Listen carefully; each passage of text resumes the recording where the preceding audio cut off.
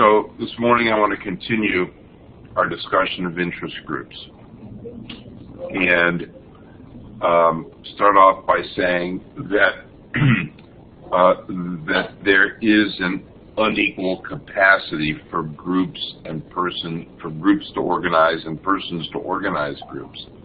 This is not simply a question of some people have more money, which is what Schneider was saying, but there are some broader issues too that just have to do with the nature of public policy issues and the way people do and don't organize, and we'll get into that later.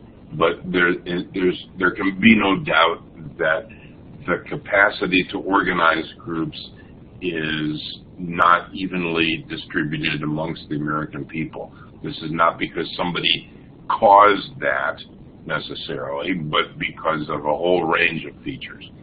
An interest group traditionally is defined as an organized body of individuals who share some goals and try to influence government policy. But many interest groups themselves are associations of groups and or organizations rather than individuals. Perhaps the most prominent example nationally is the National Chamber of Commerce.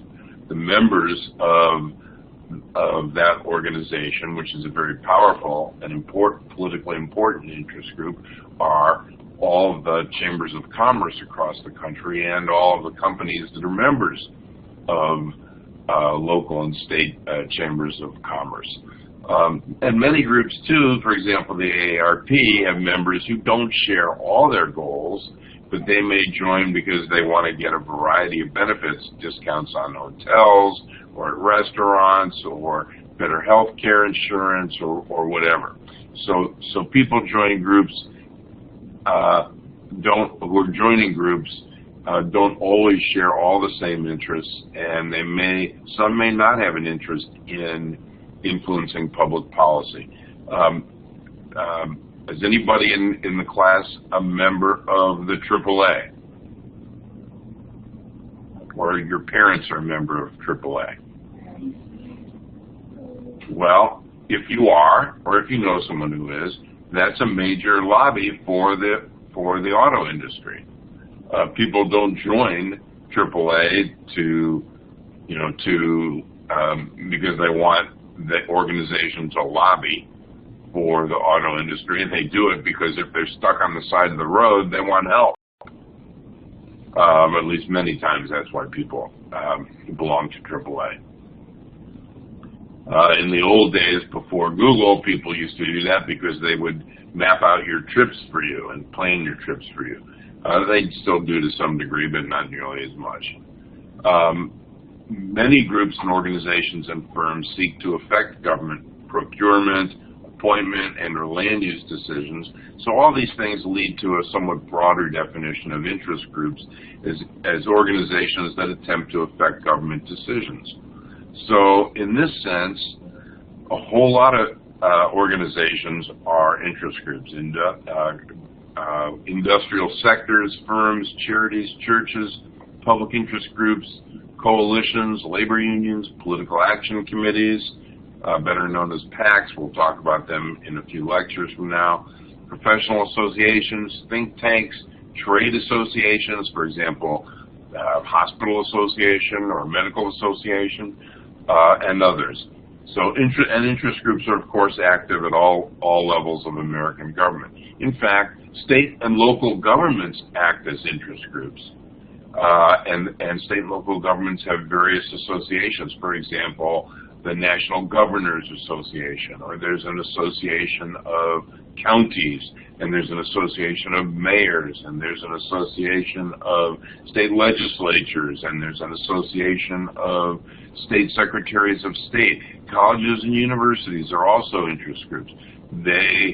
Larger ones, literally have lobbyists in Washington, D.C., because they're trying to get money for various projects, research, often health or medical related issues for their institution.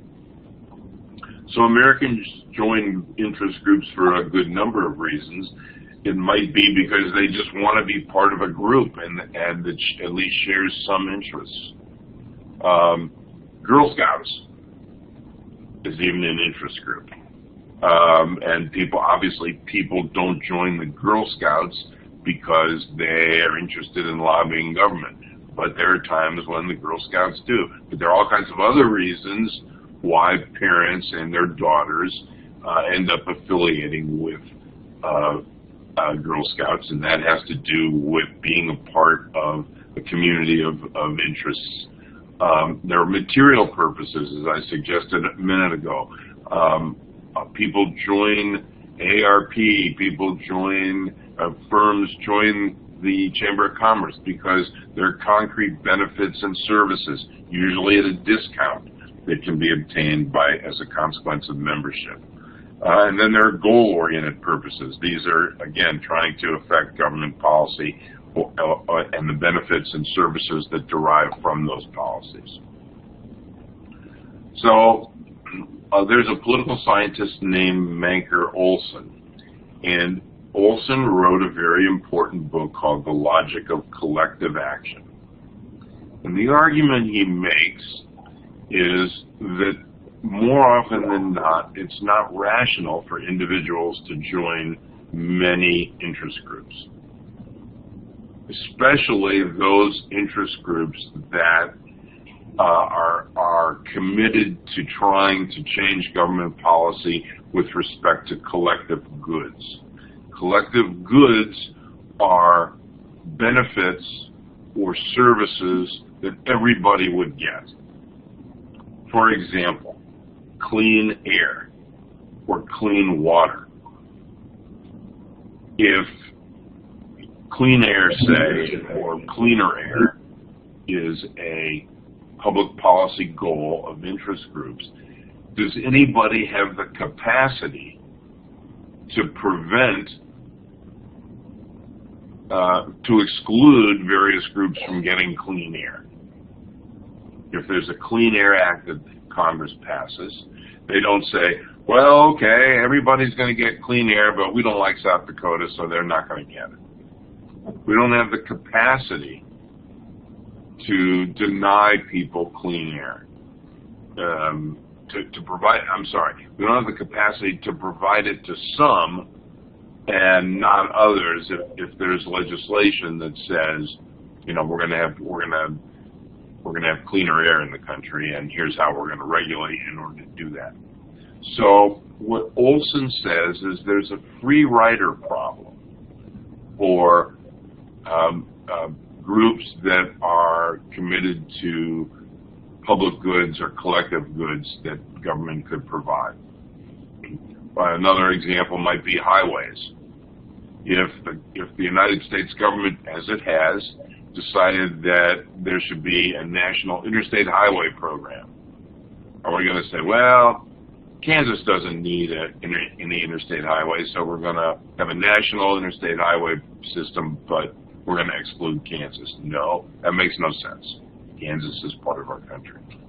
So the free rider problem is, in the context of interest groups, is that if people will benefit from a policy, even if they don't participate in the group or participate to try to influence government policy, they will benefit nonetheless if it becomes law.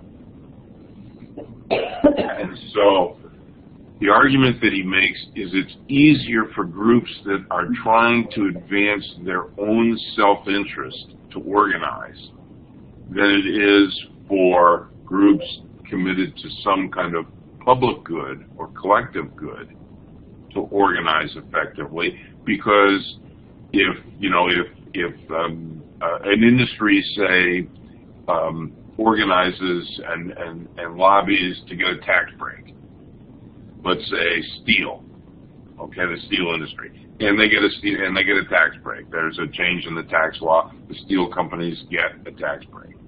Well, that only goes to the steel companies, nobody else. But something like clean air, clean water is in fact the kind of collective good that creates the free rider problem, because people will benefit whether they participate or not, whether they contribute or not. And so out of this argument, Olson says there can be latent interests or unarticulated interests or unorganized interests because people will not necessarily benefit immediately and directly as a result of interest group behavior, especially when it's oriented toward collective goods. Any comments or questions about this? So basically what Olson is saying, to boil it all down, is that for a variety of reasons, self-interested interest groups tend to be more able to organize effectively than groups that are seeking to get government policy to provide collective goods. And there are various types of interest groups, and economic interest groups are perhaps the most common type. These might be business and economic sector interest groups, the chemical manufacturers and the National Association of Manufacturers, agricultural interest groups, labor interest groups, public employee unions, interest groups representing the professions. We've probably all heard of the American Medical Association, the American Nurses Association, there are the Bar Association. There are many different kinds of professional associations, and the unorganized poor, to the degree that they organize somewhat, they're also often organizing out of their economic status or low economic status. We've already said that governments can be interest groups, and often are, especially state and local governments and public universities. Just to give you one example, the Department of Housing and Urban Development has a number of programs that support graduate students, and colleges and universities that have academic programs, graduate programs relevant to the interests of the Department of Housing and Urban Development, make application to get grants from the department. And when I was working full-time before I retired, one year we made application to HUD for I don't know, several $100,000 for money to support graduate students. And at the time, the former mayor of San Antonio was the Secretary of Housing and Urban Development. This was under the Clinton administration. Understand, I'm not making a political statement here. I'm just trying to illustrate the way things often work. So when the announcement came out of the universities that received the grants, guess which one was first? University of Texas at San Antonio. Surprise, surprise, surprise. In other words, the major university in the hometown of the department had the Secretary of Housing and Urban Development. Many other institutions received it as well, but again, that's an example of how a university was able to not only request funds and through a grant from the federal government, but how ties to important decision makers lead to favorable results. So examples of public interest groups, that is those that are working toward public goods, would be some of Ralph Nader's consumer organizations, public interest legal foundations, Common Cause. There's a movement now, groups supporting what's called net neutrality. I don't know if you've heard of that, but the Federal Communications Commission is making decisions about whether carriers, providers of internet service, can provide better service to some if they'll pay more than the rest of us. And this is very controversial, obviously, because the internet now is an integral part of our lives every bit as much as interstate highways. And imagine if the federal government said, well, you know, we don't think that everybody ought to have equal access to the interstate highways. All drivers shouldn't. And those that drive a Mercedes or a Jaguar or a Rolls Royce or an Audi can get better service and better lanes and free food along the highway, but other people, you know, driving your Ford Focus can't. Essentially, that's what those who are trying to introduce differential levels of service in the internet are trying to do. And so there are groups that are organized to say, no, everybody should have equal access to, you know, internet service. The League of Women Voters, environmental groups, these are also examples of public interest groups.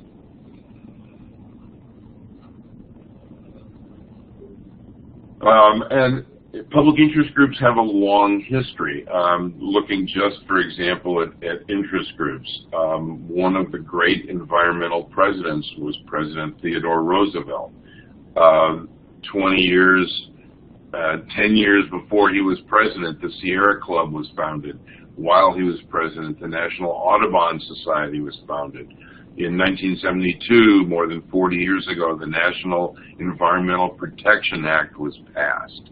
And as a consequence, there was an expansion of environmental groups in the 1970s and thereafter, as well as a creation of state and some local environmental agencies in government. There are also still a number of environmental groups working today. One of the best known is the Natural Resources Defense Council. You've probably heard of Greenpeace. They're more of a social movement that take direct action. Natural Resources Defense Council lobbies and tries to affect regulations and files lawsuits. And now, we didn't talk much about it 40 or 50 years ago, but now global warming and energy, especially renewables and energy conservation, are the focus of many environmental groups. Again, these environmental interest groups tend to be oriented toward collective goods, whether it's parks, whether it's clean air, whether it's clean water, whether it's protecting aquifers underground, that kind of thing. Another kind of interest group is a single interest group, such as the National Right to Life Committee or the National Rifle Association. There are also ideological groups, and by the way, single issue groups can have a real benefit because they, in fact, have a single issue. So one of the many interest groups deal with multiple issues, and that can be pretty hard. I mean, in a sense, the AARP is a single interest group or an identity group because you have to be 50 or older in order to become a member. And by the way, they 8 days after I turned 50, they sent me a registration form. Really hurt. But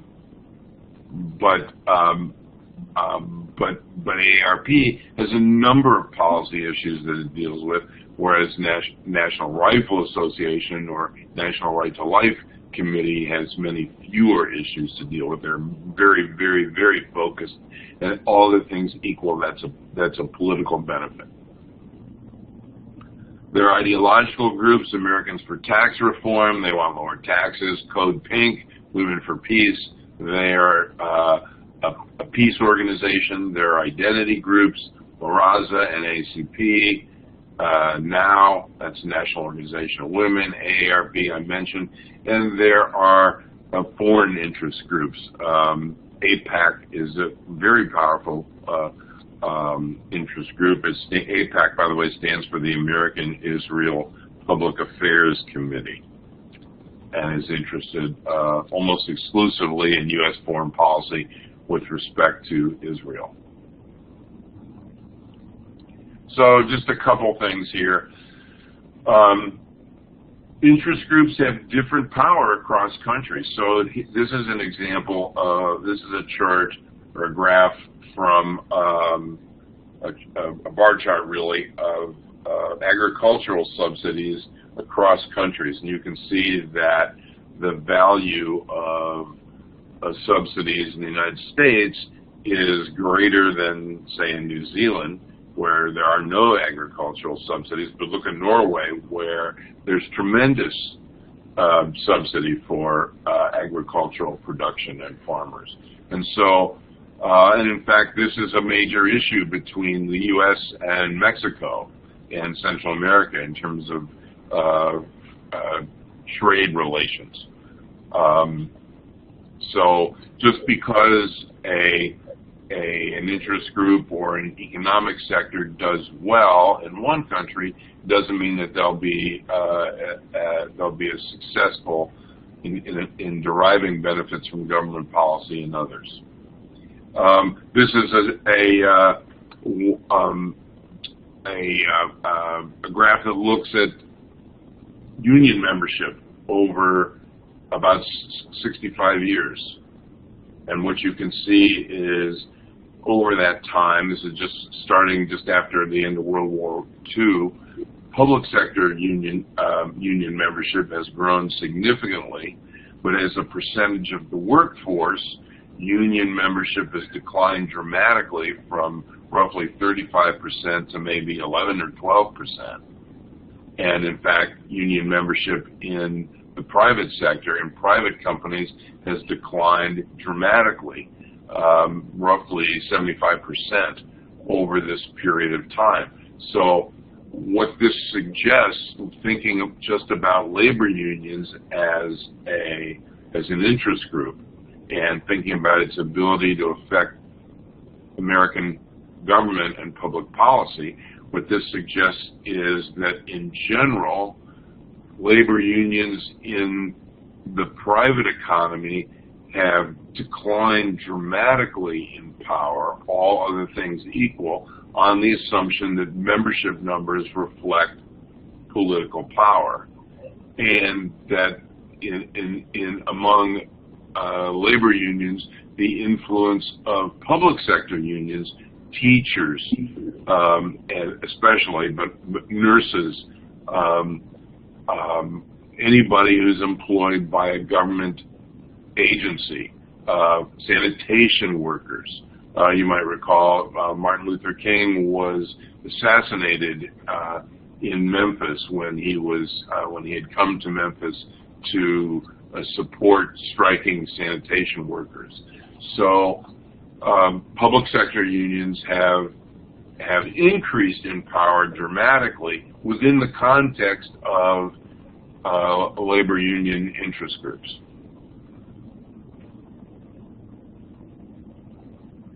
So what makes an interest group powerful? Well, there are a number of things. First is size and distribution by state and district. One very important advantage that the National Rifle Association has is that it has members all over the country. If they were just in West Virginia, they would have much less political clout. But not only do they have a sizable number of members, and not only do they have individual members, but they also represent the gun and weapons industry. They're also members, and they're important members and constituents in the National Rifle Association. And there again, the membership is large and it's spread out all over. What does that mean? Well, you've got a Congress with 435 congressmen and 100 senators, 2 for each state. And so because of the wide geographic distribution and the large number of members, the NRA is one of the most powerful single interest organization. Resources are important, and there are various kinds of things are resources. Technology, capacity to use technology, money, volunteers, technical expertise about how one or another industry functions, or one of the best examples I can think of is when you think about oil and natural gas. Who's going to know a whole lot about oil and natural gas? How it's produced, how it's distributed, what the costs are, how much of various energy resources are available in the country. Well, the large companies, the Exxon Mobils, the Chevrons, the Halliburtons, the many other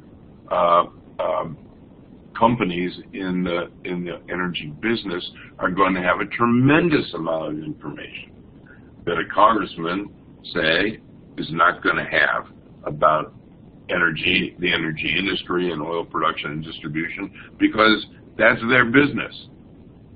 Leadership is important. By the way, before I go to leadership, technical expertise, knowledge, specific knowledge about a particular policy matter is very important. Very important kind of resource, even though you can't touch it. It's a skill, it's a knowledge. But if it can be used to support policy arguments and lobbying activities, then it's a very important and critical resource. Leadership is important. If you have poor leadership or conflicting leadership, that can be a liability. Highly respected leadership that is that's been around for a while is important. By the way, another kind of resource is longevity. Okay? Very important. What do I mean by longevity? Well, if I'm a political official and some new interest group comes on the scene and wants to affect government policy in some way, I don't have an immediate, in most cases, I don't have an immediate need to pay too much attention to these people. If a group has been around 30 or 40 or 50 or 60 or 70 years, I better pay attention, because they have endured. They have maintained their organization and their focus. And so longevity is a kind of resource. It's also something that's about leadership, continuity of leadership. That's important. And finally, cohesiveness of an interest group. If an interest group itself is internally divided, if it can't make up its mind whether to support policy A or policy B, then if I'm a public official, why do I need to pay attention to them? They can't make up their own mind. They don't have a coherent strategy. They don't maybe have coherent leadership. They don't have a coherent position on issues that they're supposed to have a shared interest in. Why pay attention? So those are some. There are others, but these are some examples of what makes interest groups powerful. One other, just before I move on, that makes an interest group powerful, and that is its position in the economy. One of the things, if you go back 30 years, were presidents meeting with the CEO of Microsoft, Intel, Google, Facebook? Nope, they weren't. Why weren't they? Because the technologies that are represented in those companies were in their infancy. Today, those companies are in many ways integral not only to our lives but to the economy of the United States of America. And so the centrality of a business or an economic sector can be very important, a very important resource for interest groups. Oh, I mean, let's say somebody makes typewriters. How much clout? How much political clout is a company whose sole mission is to make and sell typewriters going to be? Well, it's not going to be very powerful because hardly anybody uses typewriters anymore, and nobody buys them. You know, unless you go to antique shows. So, as the economy changes, the centrality of various sectors of the economy shift as well. It's one of the reasons I might add that health organizations are powerful is because more and more people are over age 65. And as you age, you tend, all other things equal, to require more health services of various kinds. And as the population of over 65 increases, we would expect that the political power of interest groups in the healthcare sector would increase significantly. So interest groups, any comments or questions so far?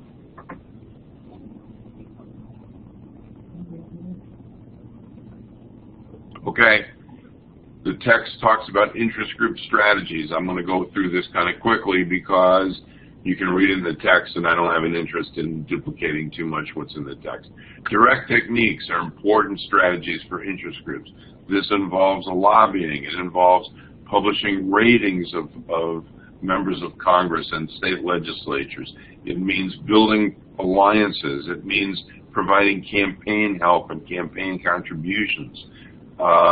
There are also political action committees.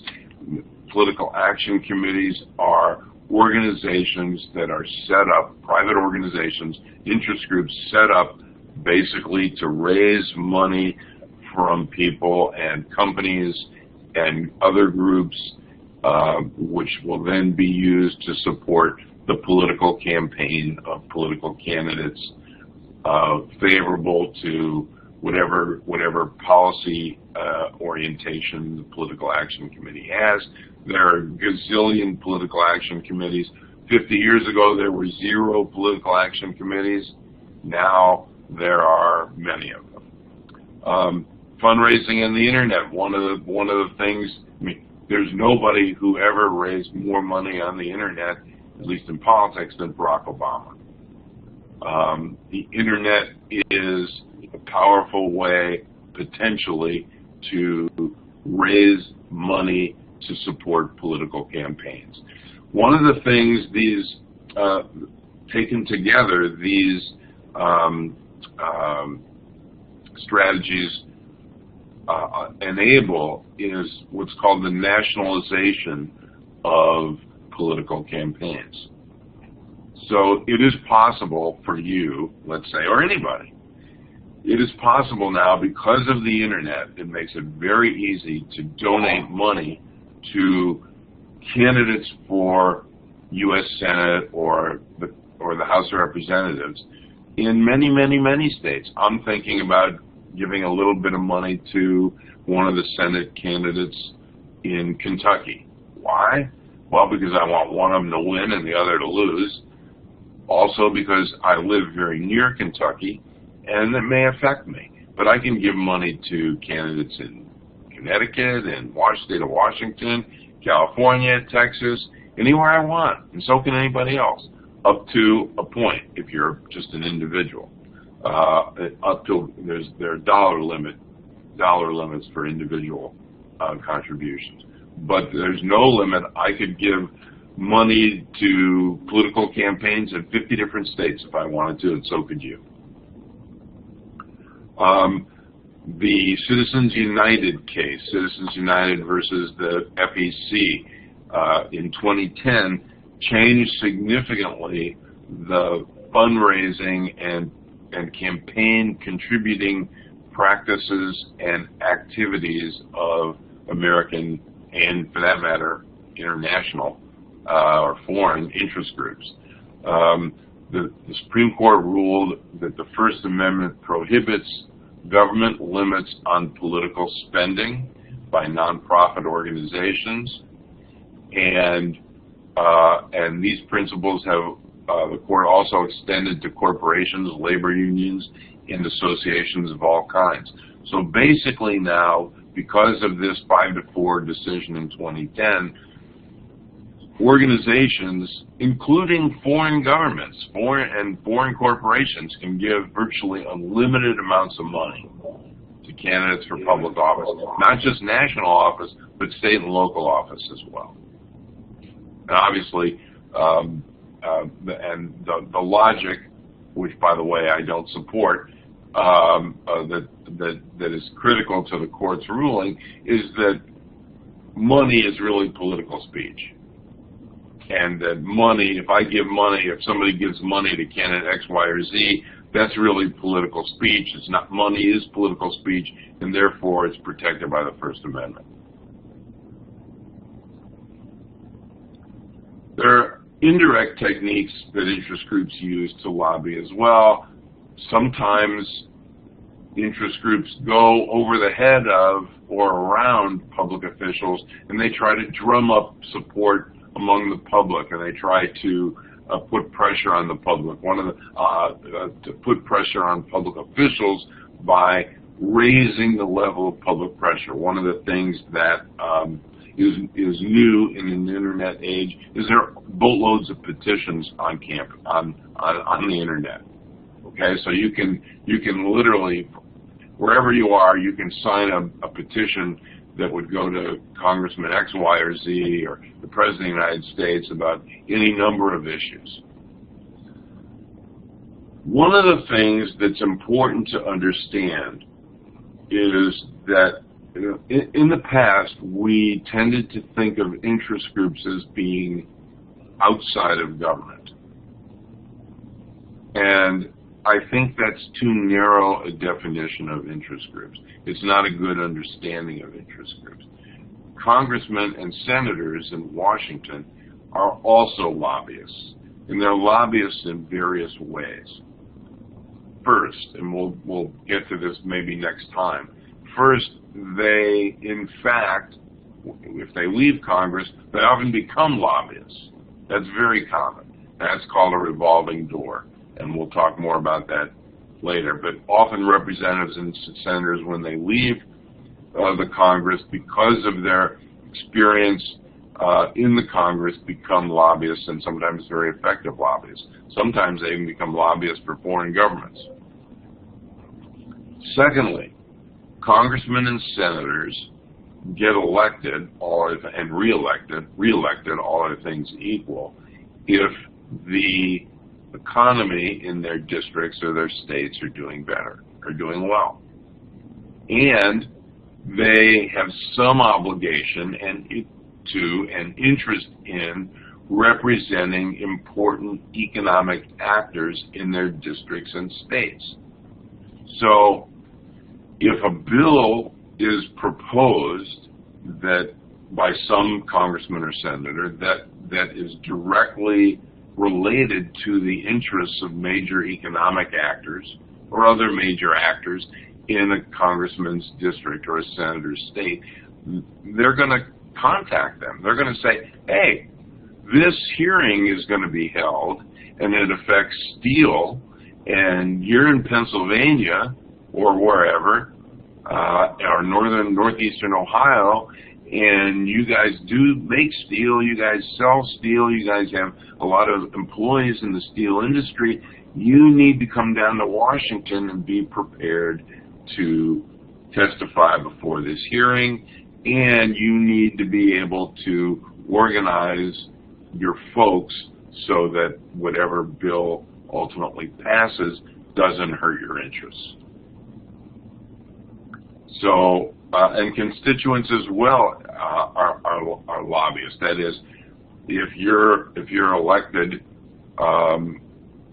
to Congress, you're probably going to pay at least some attention to those who are very well organized. And of course, the better organized have interest groups. There are also less conventional forms of political pressure: marches, boycotts, rallies, demonstrations, social media, online petitions, and more. And these can be effective, at least in calling attention to public policy issues that perhaps hadn't been adequately addressed. Charles Tilley is a sociologist who's written extensively about social movements, and he defines them as a series of contentious performances, displays, and campaigns by which ordinary people participate in politics and make collective claims on government and on the society. So very often these campaigns target or try to influence and speak to public officials and agencies. These can include, these public activities can involve public meetings, processions, vigils, rallies, demonstrations, petition drives, statements to the media, pamphleteering.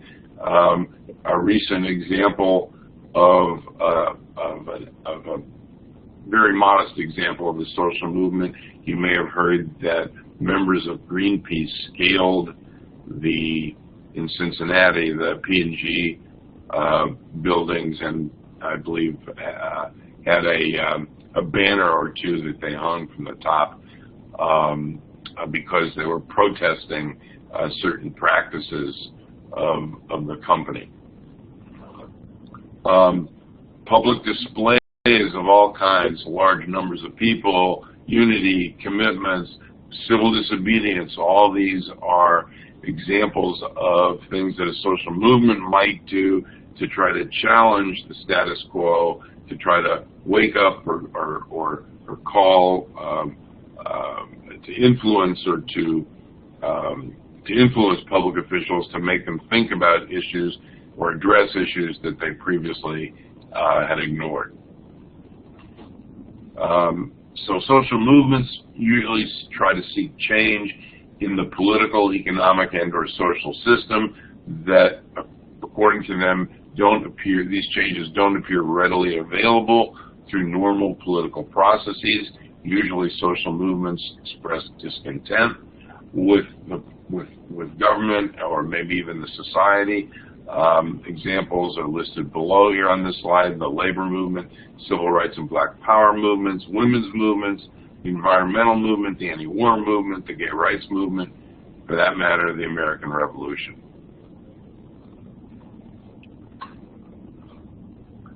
I think we're going to stop here, and we're going to pick up tomorrow and talk about regulating lobbyists and the revolving door and how interest group organization has transformed in recent years. By the way, the lecture PowerPoint is available on the Blackboard site.